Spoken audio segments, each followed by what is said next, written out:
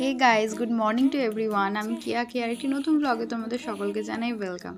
Another day another me. আজকে সকালবেলা ঘুম থেকে উঠে চলে গেছিলাম পড়তে, বিকজ আমার সামনে এক্সাম, তো সেই জন্য এভরি উইকেই আমার এখন পড়া থাকে। আর মিডিলে অনেকদিন ভিডিও পোস্ট করতে পারিনি, সো তার জন্য সরি, আমি একটু ব্যস্ত ছিলাম কাজের জন্য। সো আজকে বাড়িতে এসে তারপরে আমি করে নিয়েছিলাম একটু শ্যুট, আমার একটু শ্যুটের কাজ ছিল। দেন তাড়াতাড়ি শ্যুটটা কমপ্লিট করে নিয়েছিলাম লাঞ্চ। আর লাঞ্চে আজকে ছিল বিরিয়ানি। মা আজকে অনেক দিন পর বিরিয়ানি রান্না করেছিল, আর আমার মায়ের হাতে বিরিয়ানিটা জাস্ট অসাম হয় খেতে। বাট মা যখন বিরিয়ানিটা প্রিপেয়ার করছিল তখন আমি ভিডিও ক্লিপ নিতে পারিনি, বিকজ আমি শ্যুট করছিলাম, ব্যস্ত ছিলাম, তাই তোমাদের সাথে ক্লিপগুলো শেয়ার করতে পারি। এটা হচ্ছে আমার প্রপার লাঞ্চ থালি। কি টেম্পটিং লাগছে, এখন আমার এডিট করতে বসে লিটারেলি লোভ লাগছে। তো এই দারুণ মেনুটা দিয়ে ঝটপট লাঞ্চটা কমপ্লিট করে নিয়েছিলাম।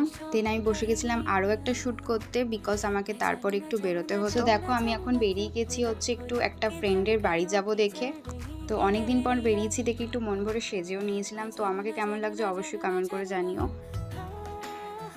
সো দেখো ওরা এখানে দাঁড়িয়ে ফটোশ্যুট করছিল, আমিও দুটো ফটো তুলেছি যেটা তোমাদের সাথে আমি শেয়ার করলাম।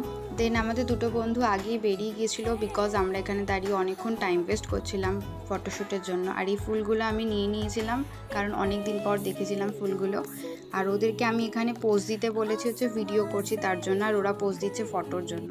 সব মানে কি নিয়ে যে আমি থাকি আমি নিজেই জানি না। সো দেন এখান থেকে আমরা যাচ্ছি আমার ওই বন্ধুর বাড়িতে। তারপরে আমি আর কোনো ভিডিও ক্লিপ নিতে পারিনি, এখানে ফটোগুলো অ্যাটাচ করে দিলাম। তো তোমাদের ভিডিওটা কেমন লাগলো অবশ্যই জানিও। সো সকলকে আজকের জন্য টাটা, বাই।